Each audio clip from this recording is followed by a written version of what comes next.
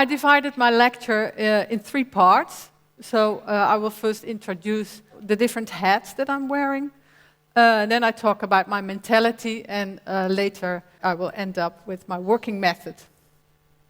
So to do a quick introduction of my clients, I have a small group of clients, so my studio is not about growth, but to keep it more compact.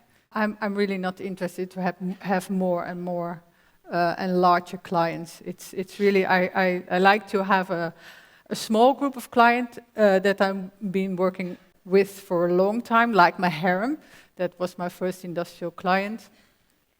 It's an upholstery company from New York, and we do now for 20 years, each year, 2 or 3 upholstery fabrics. This is the latest that you see here.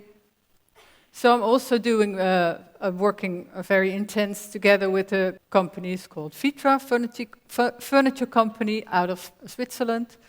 This is the latest project that I did. And the last years I have also been working for aviation, so for KLM. I designed cabin interiors for the 747 and the 777, the business class. And lately we end up with the business and economy class for the 787. Total other type of client. It's a more corporate one. So it was a very interesting journey, but I will also talk a bit later on in this talk. I never do interiors, but this was a question that was so interesting. I don't do interiors because, it's not a skill that fits with me. I'm not feeling... it's just not my cup of tea. It's a lot of people are around in doing interior, and you have to have a lot of social skills that I don't think I have. And it's most of all very commercial, so it's not my thing. But this was an assignment from the Dutch Foreign Affairs to do the delegate lounge for the United Nations. I did this together with a team special created for this project with, among others, Rem Koolhaas and Irma Boom. It was a difficult project because it's a totally different client. So there was the Dutch government that wanted to have a showcase of Dutch cultural design, and the United Nations just wanted to have a safe, practical space. So it was very difficult to work with, but we end up with, I think, a nice solution. This will also come later in the talk. And besides being a designer, I'm also art director for some companies.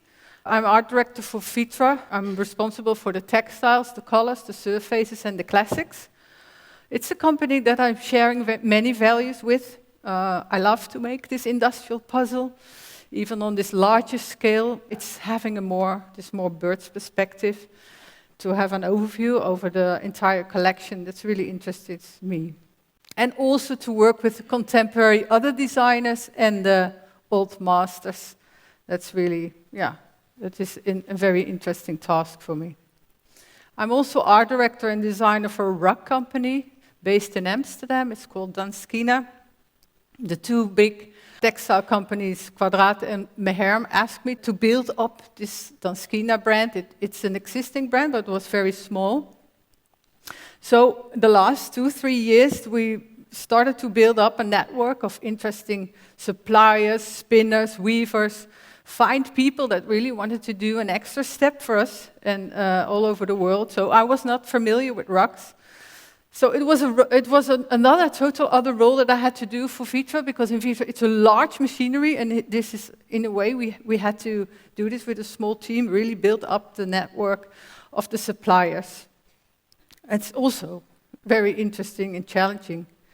So, and apart from my commissioned work, I'm also a researcher and designing on self-initiated projects.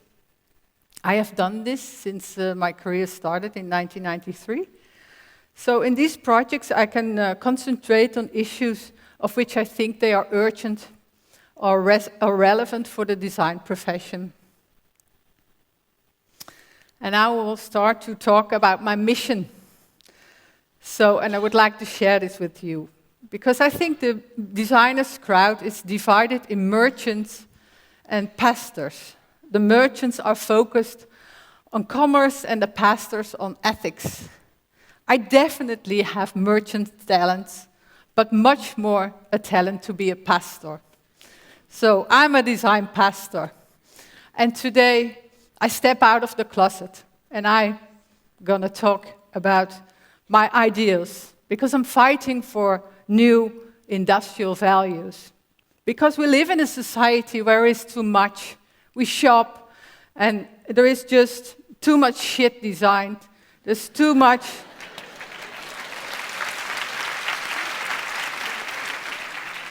There's just too much. It's shopping without any conscience for the world.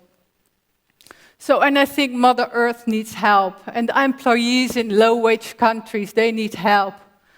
And consumers need help, and also producers need help. And I think, to be honest with you, designers have a responsibility here. And therefore I have to not only listen to my cultural and aesthetic conscience as a designer, but also to my social and environmental consciousness. So I have a mission. My talk is a plea for a new awareness of a holistic approach. An holistic approach that characterized industrial design at the very start. So back into the history, we see that industrial production made high quality accessible for the masses. So if you look at the original values of industrial design, the three important values are to connect cultural awareness and social responsibility bond with practical economics. This is how the Bauhaus started. But along the way, we seem to have lost the quality. Why and where do we have to lose the quality? It's not simple, because the industry doesn't want to do it. But somehow the quality seems to have become less important. And the main facet has become more and more economic profit. And think of the large marketing departments of today, using many tricks that don't have any reference to the product. So, you know, who is feeling responsible for the total story?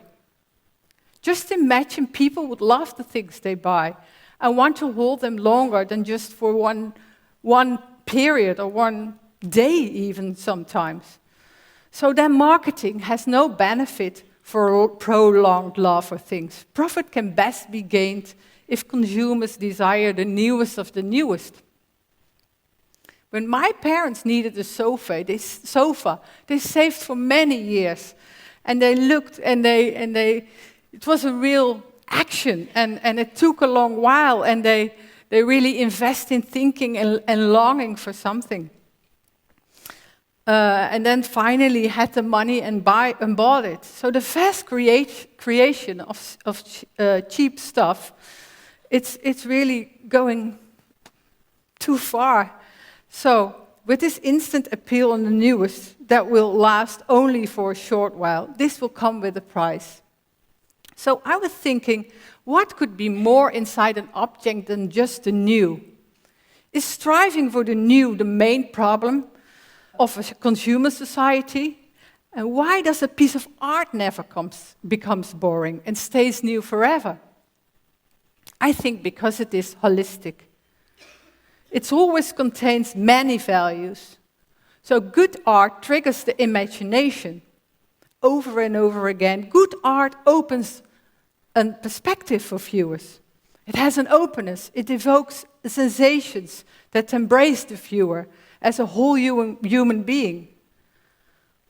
Now that's a feature that we lost in design.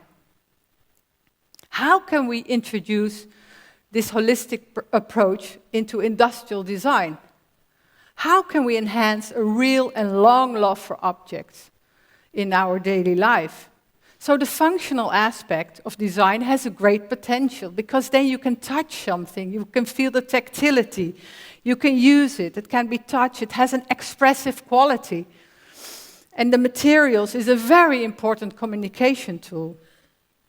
I have recently bought this chair from Naoto Fukasawa, and the way the material is finished, it's so soft, and the wood, it's embracing you, and I love the shape. It's very easy for me to bond with a chair like this.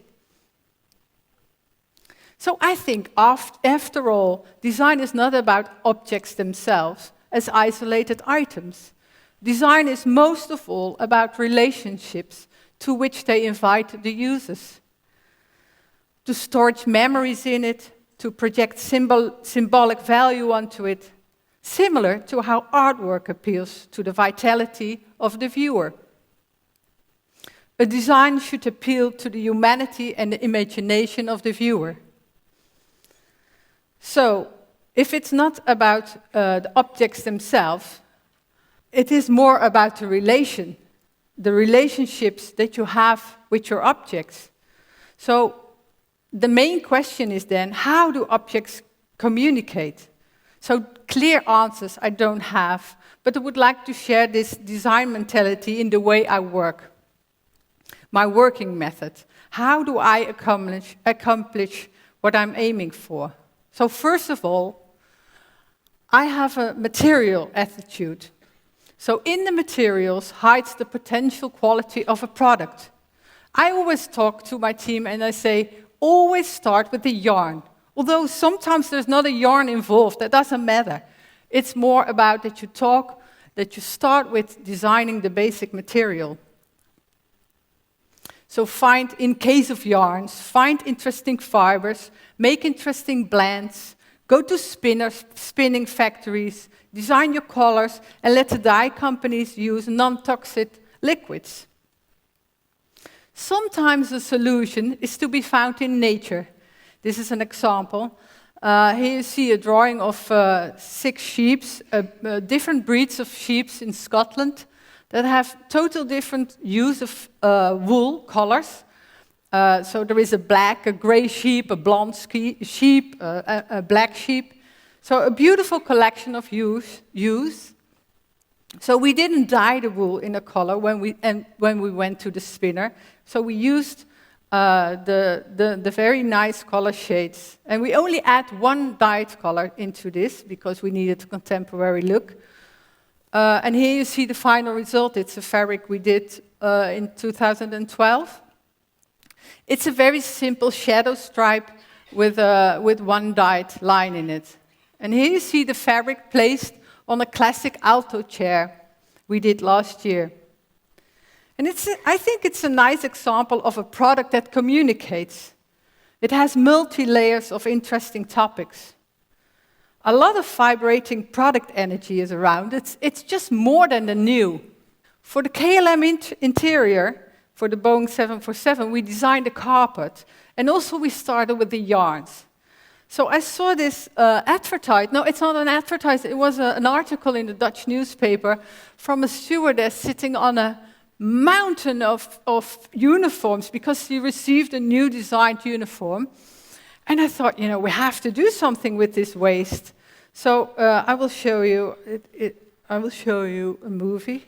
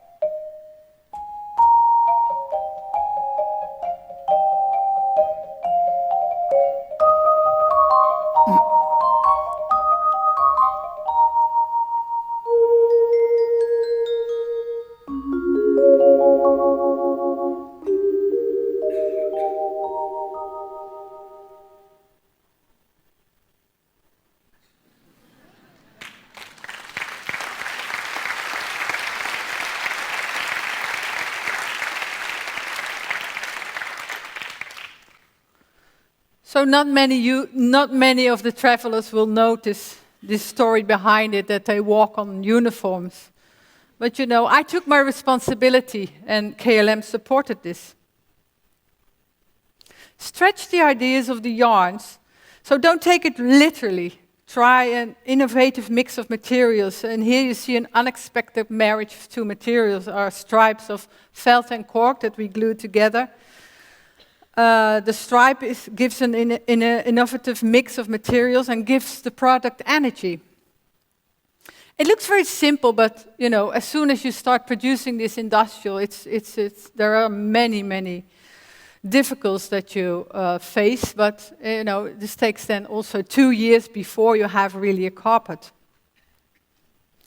It's difficult to do something in carpet business because you know, a rug is just a bunch of materials. It's 2D. So how do you get this bunch of yarns starting to communicate with a user? So if you start with designing the yarns and come with new ways of treating the material, then it could become a product that has something more than all the other stuff that is around. So the next topic in my design mentality, what I find very important and I use from the start. So I really think it's very important that you do a hands-on method in working if you start to design. Because new ideas don't appear in the head. The mind works circular. So it tends to revolve around the already known. So new ideas appear when you can't fully control the process. But during experimenting with materials and colors and techniques, then things starting to happen that you couldn't think of. You know, as John Cage said something very beautiful, the composer, he said, ideas are either in the head or outside of it. And I rather think that the ideas outside the head open the head better than the ones inside the head. So even for very complex and high technology projects like the seat for the 747 and the 787 for KLM, we started gluing, cutting, shaping the foam with our hands. And if I talk about our hands, I also mean the hands of the people of my team. I did the KLM project with a very small team, Edith van Berkel and Arjan Brekveld. They are here in the audience, so I'm very happy that they're joining me here. And it's really fantastic to have people around you for a very long time. That's also a feeling of being connected, yeah, to have a kind of inside holistic approach. The other 6 are not lucky. They're in the rainy Berlin and working on the other projects. So, being back with the hands-on approach, so we started shaping the shell of the seat and searching for a contemporary form. So within the very limited creative space you can work in the aviation, there is an unbelievable set of rules. But we're trying to find new solutions, for instance, for the fixed computer. That is, of course, a burden for a designer. But we had to deal with it. You know, also a passenger is sitting for hours looking at the back of a seat. So it's a very important part of the seat to work on, to get this monitor shroud alive. So intelligent hands know so much more than the head by trying to find a solution. We're looking for contemporary lines, sober, but for instance, to keep this butt a bit fresh and crisp, redefining details within a serial production. You know, because then you represent a human scale, which I think is very important if you are around industrial products, that you recognize yourself, that you are, you know, still a human being. That's, I think, it's very important if you are surrounded with industrial-made stuff. So, for instance, we wanted to create a home and a more luxurious atmosphere, and that was a real puzzle, because, you know, there was not a lot possible, and one of the goals I had in mind is to minimize the plastics on board, because in a way everything is plastics.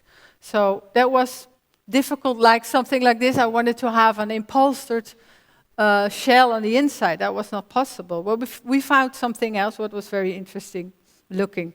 And here you see a test for looking at the colors for the seat covers. So it is difficult to to judge the colors on the ground because the light above the sky, above the clouds, is so much different. So it's very reddish. So we had to do test flights, and this was in the Lufthansa flight. So we had our KLM seat covers, and the stewardesses of Lufthansa loved it. So it was very funny. So, and we started to build many, many one-to-one cardboard models to keep the creative process in the flow. So here you find an example of how to storage the airline magazine and a space for a bottle of water. So on the left-hand side, we tried to have a cut out of the armrest for the airline magazine. And the right model, you see a more traditional solution to have the magazine in the front storage.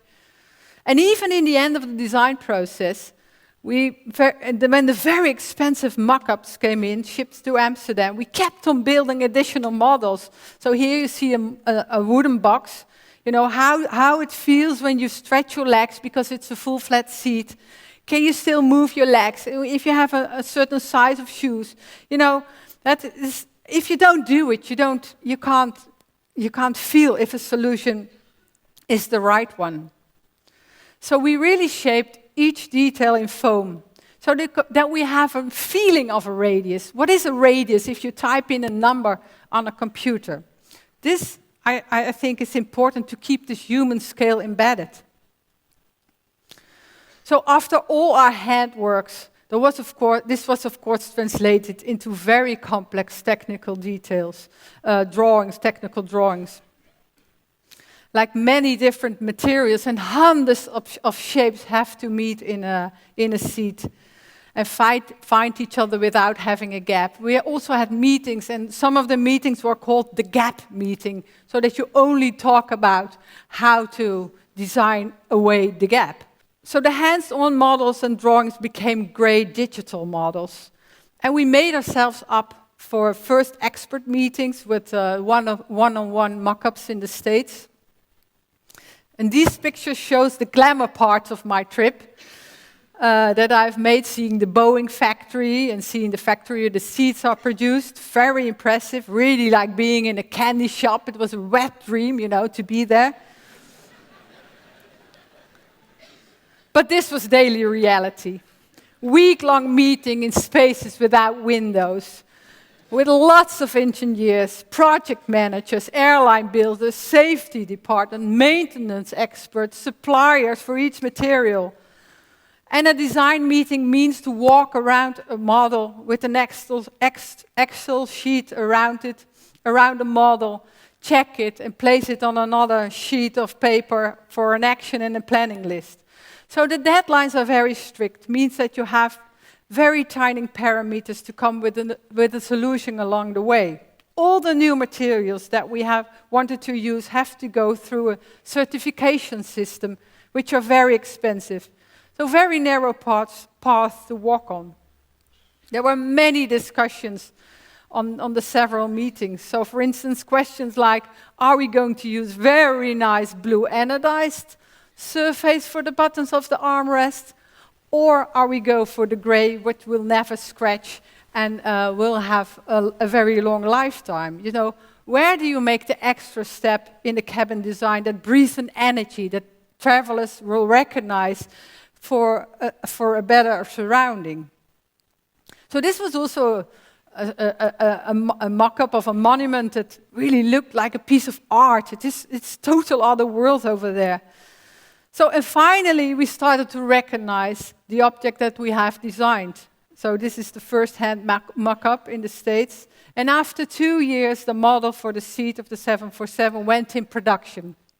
That's a fantastic moment to see the object start to have an independent life by very dedicated people. We saw the process of the seats, but we designed so we now saw the process of the seats, but we designed the full interior. So not only the seats, but also curtains, the glass dividers, and the carpets, and the pillows, and the blankets. So a cabin has a very long life cycle. It's about 20 years and have an intense usage. So that was also difficult in terms of textiles. But we are experienced in this topic, so this is another year later. You can see how the design works. Now all the planes are rebuilt, so 22 in total. Here you see all the items together, the colors that we have designed in the cabin. So the third topic that I would like to address is something that I do for since I started 20 years ago. So that I really believe in imperfection. So perfection, I think, kills everything. It doesn't communicate. I really love misfits, the irregulation, the asymmetric objects. You know, it keeps the options open. It triggers the imagination. This started with a self-initiated project I did in 1997. It's called the B set.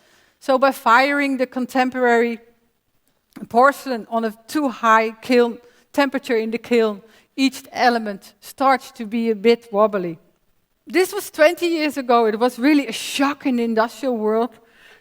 But a few years later, every brand had its own crafty look.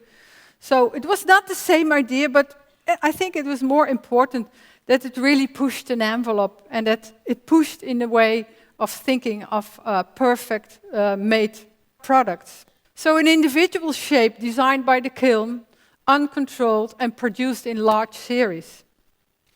So now imperfection is a real common word. Everybody uses this, and it's became a style, like words like craft, handmade, and authentic. And the worst one is emotion design. So this is also an example for me to keep options open, to have something that triggers the imagination. So it's the repeat fabric that I designed for my harem. That was my first topic that I did for my harem. It's a repeat, not a common 30 centimeters, but 3 meters long. The repeat repeats itself.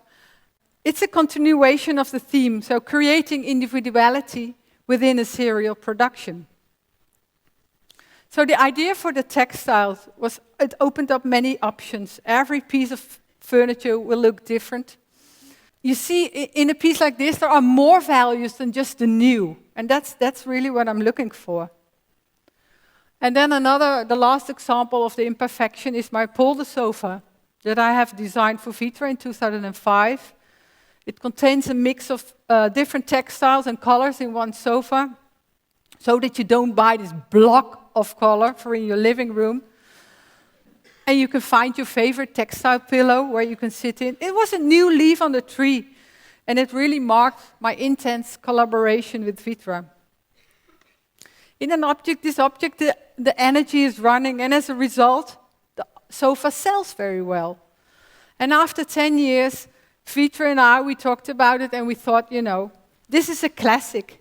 And I'm very proud to update my own classic. So for the next Milan fair, I will do an update of my own classics. And I think I really touched the right button here by designing it.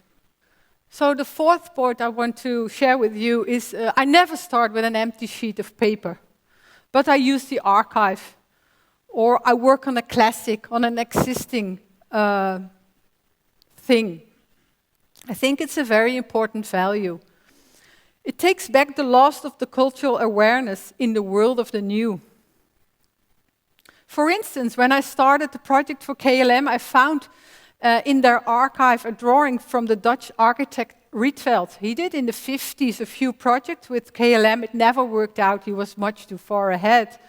But his idea was very, very nice. He designed different colors of fabric for the seat covers. And we took over this idea, so we designed 5 different dark tones of the seat covers in 100% wool. And it created a very nice, warm family for the crisp KLM blue. But it also had a functional aspect, because if you have different colors sparkling in a very narrow tube of interior. The tube looks much wider. So that's why, you know, if your idea is really good, also a corporate client recognizes it and takes it over. So here you see the effect of the different dark colors on the seat. And you see also the highlighted stripe of embroidery. They're also all different on each seat. Here you see from the archive of Le Corbusier, it's an original color scheme. He has been used for when he designed the UN Delegate Lounge in New York. It's typical out of the 50s. It's a bit pastel, bit depressing. So the color scheme of the rest of the building was very Scandinavian-like, because there was a chairman, a Swedish guy, for 10 years, so there were lots of blues and greens in the building. So I used this color scheme as a starting point and developed a contemporary variation for the floors and for the walls. I freshed up the idea for the greens and the blues, and we designed a basic fabric for it. And each piece of furniture has 25 new shades of green and blues.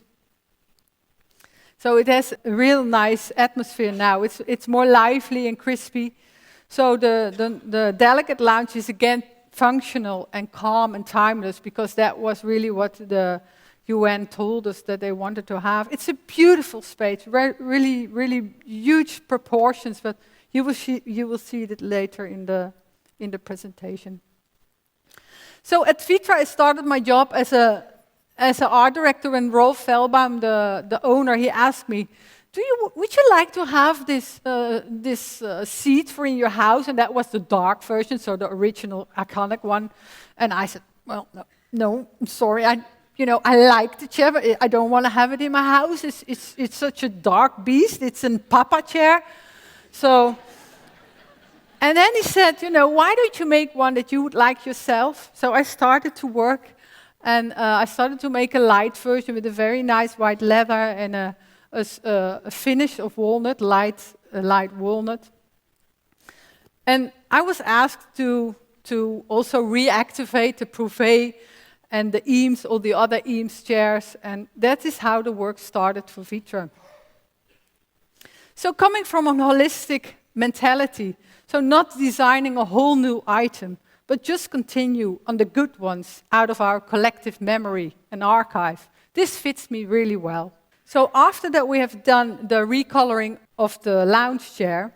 So we were asked to do the alu chair with the fabrics of Hopzak.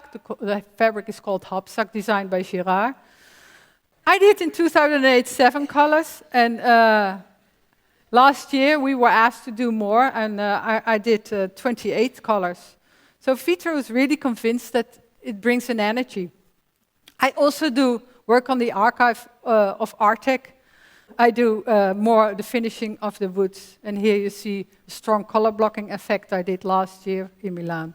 So my 5th point is about signature. It's important to have a signature, and I think I can talk about many aesthetic points that signatures I have, but I would like to show you my love for the dots. So throughout many projects I used a dot. This was the first dot I did for my harem. Has a more dynamic view, dynamic look. I also did the dots as a divider for KLM, a bead curtain. That was my idea. That was not possible, but we created an abstract translation of this idea. So here you see a double weave curtain, with on one side, the dark side is for the business class people, and on the other side is the crispy blue part where we all look at economy. But back from the early start, I really experimented a lot about dots, and also to have perforation with a dot, to use a perforation to sew ceramics on a tablecloth. And here you see the bead curtain that I did for the delegate lounge is also all about dots. We had to make a huge curtain, and we made all the dots, so it is large beads from porcelain. We did it all by hand. And it's an example of the idea of always starting to design your yarns. So we made a light grid curtain out of it. Here you see the scale of the bead curtain. It's an irregular grid that really softens the light. It's 14 meters wide and 7 meters high. So the dotted bead is really a lovely way. And also it's very safe, so the delegates can look outside and nobody can look in. That was the briefing of the United Nations. So far in the back, you see the curtain. I also did all the furniture in the space, also the movable furniture, and also desk to hide the computers so that they could work in a private surrounding. This is the one dotted furniture I did. So my love of dots is everywhere. The last point that I would like to make is my research mentality. So in the research projects, I can fully concentrate on the issues that are relevant for me. So I don't have to battle with preconceptions and borders. So this is my interest started with the commissioned work I did for Vitra. Here you see the library I created. So I worked first with the dead designers, so Eames and Privé and all. And later on, I also started to work with contemporary designers, the Boerlex and Jasper Morrison. So we created a library for each one, and for each surface there is a ring of colors, and some colors merge with others, and some are just only for a certain group of designers. So the stronger that an organization of colors is, the stronger the identity of a company. This is, for instance, something that didn't work out. I wanted to have, because if you see the Eames plastic chair, it's always in white. And I thought, why don't we create 3 whites?